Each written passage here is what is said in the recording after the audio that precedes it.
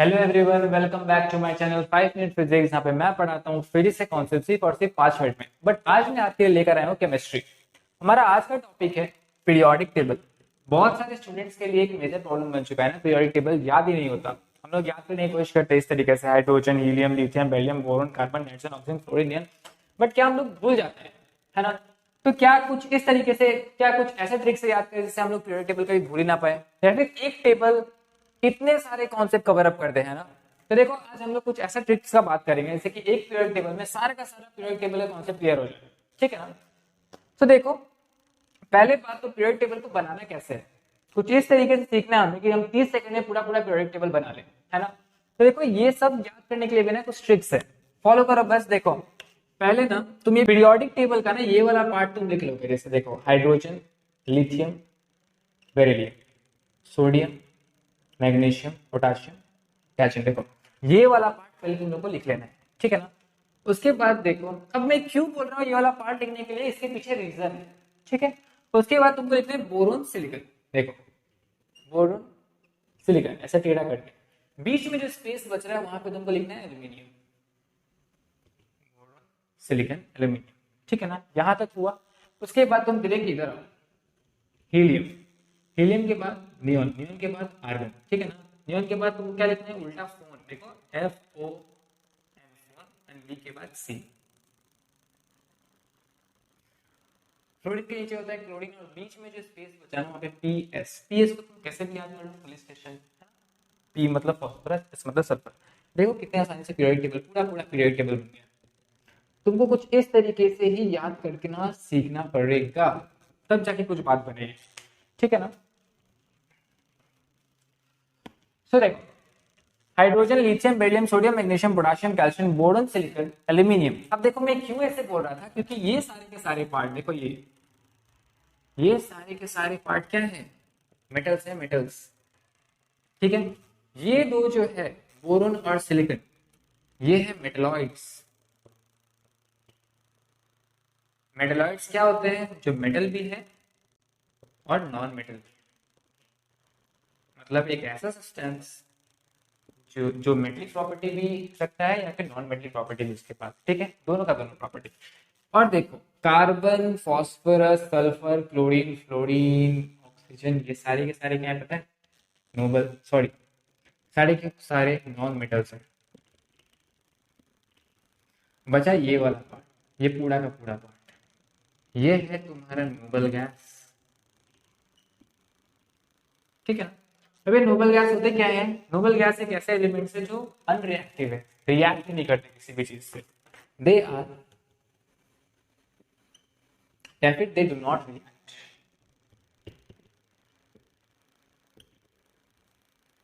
क्यों रिएक्ट नहीं करते? ये रिएक्ट नहीं करते because they are stable. Stable है बोल के इनको रिएक्ट करने की जरूरत ही नहीं पड़ता। ठीक है ना? तो देखो ये सारा पार्ट मेटल्स, देखो तुम खुद ध्यान से देखो, 1 2 3 4 5 6 7, 7 मेटल्स है हमारे पास। 1 2 3 4 5 6 7, 7 नॉन मेटल्स है, 2 मेटलॉइड्स है, और बचा क्या, 3 नोबल गैस। अब देखो इस पूरा पीरियड टेबल में ना यूनिक कुछ एलिमेंट्स है, इसके हाइड्रोजन और कार्बन, ये दोनों के दोनों यूनिक एलिमेंट्स है। इनके ऊपर पूरा पूरा चैप्टर बन करके आ गया है आगे चल के, है ना? सो इतना। इसके बाद हम लोग पढ़ेंगे atomic number, mass number, valence electron, valency, ये सब क्या होता है। ओके, मेटल, नॉन मेटल्स क्या होता है, एंड मेटलॉइड्स क्या होता है, एंड नोबल गैस क्या होते हैं, हम लोगों ने पढ़ लिया, राइट? अब हम पढ़ेंगे एक एक करके टॉपिक्स, जैसे कि पहले पढ़ेंगे एटॉमिक नंबर क्या होता है, देन मास नंबर। ठीक है ना? अब देखो एटॉमिक नंबर क्या होता है। एटॉमिक नंबर बस एकदम एग्जैक्टली वैसे जैसे कि आपका रोल नंबर, स्कूल में सबको रोल नंबर मिलता है ना, रोल नंबर 1 2 3 4, वैसे ही कुछ एटॉमिक नंबर है। ये सारे के सारे क्या है, ये एटम्स है। Atomic number means what, atoms का नंबर। जैसे कि देखो हाइड्रोजन फर्स्ट नंबर पे आ गया ना, तो इसका एटॉमिक नंबर कितना है, 1 है। वैसे हीलियम 2 नंबर पे आ रहा है तो एटॉमिक नंबर 2। वैसे लिथियम का 3, बेरिलियम का 4, बोरॉन का 5, कार्बन का 6, नाइट्रोजन 7, 8 9 10, सोडियम 11, 12, 13, 14, 15, 16, 17, 18, 19, 20। तो देखो अगर ये टेबल तुमको पूरा पूरा याद हो जाए कि ये टेबल बनाते कैसे है ना, तो कोई सा भी अगर एटॉमिक नंबर तुमसे पूछ दे तो तुम आराम से बता दोगे कि हाँ इसका एटॉमिक नंबर क्या है। लाइक मान लो कि अगर तुम वर्बली लर्न किए हुए हो हाइड्रोजन हीलियम इस तरीके से, तो तुमको हो सकता है कंफ्यूजन हो जाए, या फिर हो सकता है तुम मिस्टेकली कुछ और नंबर बोल दो, राइट। लेकिन क्या होगा कि अगर तुम पूरा पूरा टेबल याद है तुमको, है ना, तुम आसानी से बता दोगे। मान लो कि तुमसे पूछा कि क्लोरीन का एटॉमिक नंबर बताओ, तुम आराम से देख के यहाँ से बता दोगे कि हाँ क्लोरीन का एटॉमिक नंबर कितना होता है 17। लाइक अगर तुमसे ऑक्सीजन का पूछ ले तो 8, फ्लोरीन का पूछ ले तो 9, है ना, सिलिकॉन का हो तो 14, एंड फास्फोरस या फिर सल्फर का हो तो 16, है ना। अगर ये टेबल याद हो तो तुम्हारे सामने पूरा पूरा टेबल याद है, तुम आराम से बता दोगे एटॉमिक नंबर, ठीक है ना। उसी तरीके से देखो मास नंबर, मास नंबर तुमको अगर याद भी करना है, तुमको बस ये 3 का याद करना है। हाइड्रोजन का मास नंबर याद कर लो 1 होता है, सोडियम का 23, एंड देन क्लोरीन का। मैं क्यों ये 3 बोल रहा हूँ कि बाकी सब तो ऐसे आसानी से याद हो जाएगा। लो देखो, हाइड्रोजन का 1 होता है, एक्सेप्शन है, यहाँ पे लिख दिया मैंने। हीलियम का देखो एटॉमिक नंबर 2 है ना, इसका डबल कर दो 4, दैट मींस हीलियम का मास नंबर कितना है 4। वैसे तुम लिथियम, लिथियम का एटॉमिक नंबर कितना है 3 है ना, तुम उसको डबल कर दो 6। या फिर बेरिलियम का 4 है एटॉमिक नंबर, तुम उसको मास नंबर अगर लिखाना है तो डबल कर दो 8। बोरोन का मास नंबर क्या होगा 10, कार्बन का 12, नाइट्रोजन का 14, ऑक्सीजन का मास नंबर कितना हो जाएगा 16। वैसे ही फ्लोरीन में कितना हो जाएगा 18, नियॉन का 20, सोडियम देखो, सोडियम अगेन एक्सेप्शन है, सोडियम में कितना होना चाहिए था 11 का डबल कितना 22, लेकिन है 23। वैसे मैग्नीशियम का 24, एल्यूमिनियम का डबल कर दो, एंड देन सबका डबल कर दो।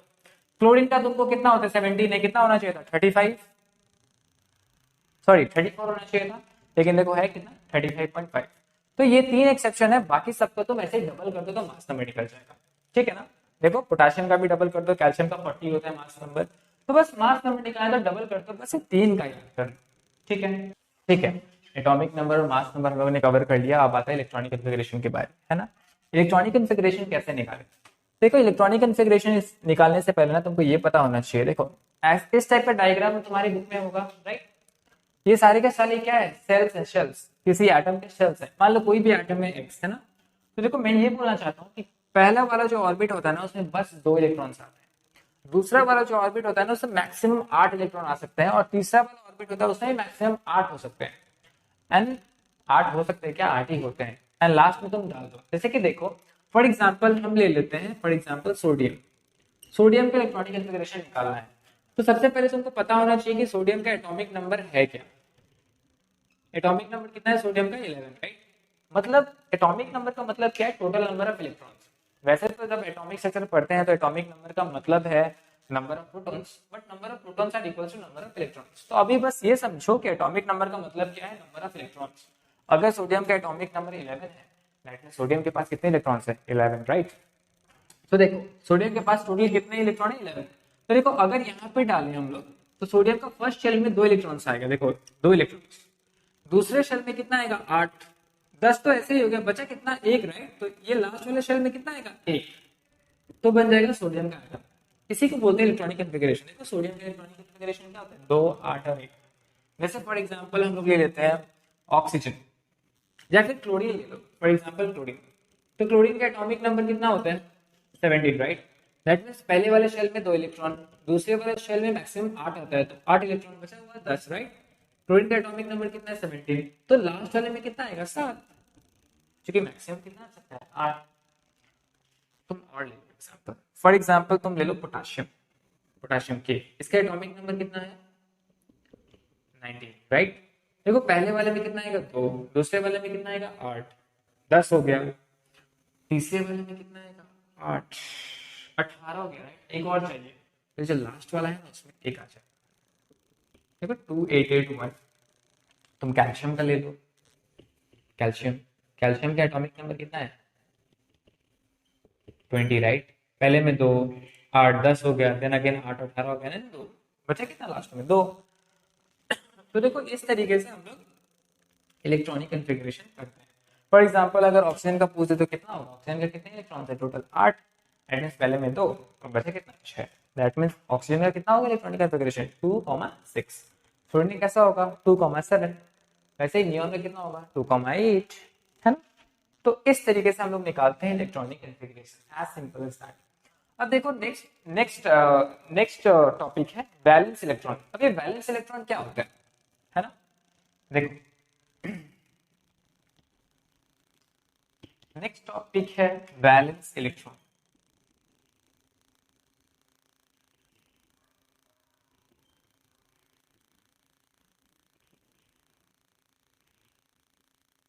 अब देखो वैलेंस इलेक्ट्रॉन किसको कहते हैं ना, number of electron present in the last shell of an atom, number of electron present, electron को इस सिंबल से डिनोट करता हूँ, number of electron present in the last shell,